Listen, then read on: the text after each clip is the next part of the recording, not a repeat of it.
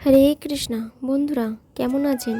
আশা করি সকলে ভালো আছেন এবং সুস্থ আছেন। শ্রীরামের কৃপাতে কমেন্ট বক্সে জয় শ্রীরাম লিখতে কেউ ভুলবেন না। আজকের ভিডিওটি হচ্ছে যে রাম সেতুর নির্মাণে কাঠবিলারির অবদান কী, কাঠবিলারির পিঠে 3টে দাগ কেন। তাহলে এবার ভিডিওটি শুরু করা যাক। রাম সেতুর নির্মাণে কাঠবিলারি কীভাবে সাহায্য করেছিল শ্রীরামকে?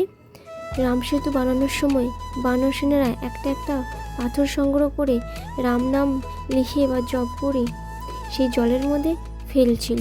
সেই সময় একটা কাঠবিলারি আসে, রামকে সাহায্য করতে চেয়েছিল। ছোটো ছোটো নুড়ি সংগ্রহ করে জলের মধ্যে ফেলেছিল, আর সেই দেখে হনুমান আসে। তার ফলে বলেছিল যে তুমি খুব ছোট, তুমি সমুদ্র থেকে দূরে থাকো, এই পাথরে যেন চাপা না পড়ে যাও।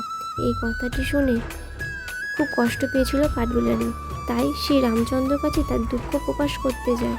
তখন রামচন্দ্র দেখে যে ছোট ছোট পাথরগুলি সমুদ্রে ফেলেছিল বলেই বড় বড় পাথরগুলো ভালোভাবে পাশাপাশি জোড়া লেগে যায়। এই দেখে রামচন্দ্র কাঠবিলারিকে হাতে তুলে নেয়। তারপর তিনি রামচন্দ্র কাঠবিলারির হাত দিয়ে আঁচড় দিলেন এবং রামচন্দ্র যেখানে স্পর্শ করেছিলেন তার পিঠেতে সেই 3টি খাড়ার দাগ সৃষ্টি হয়েছিল।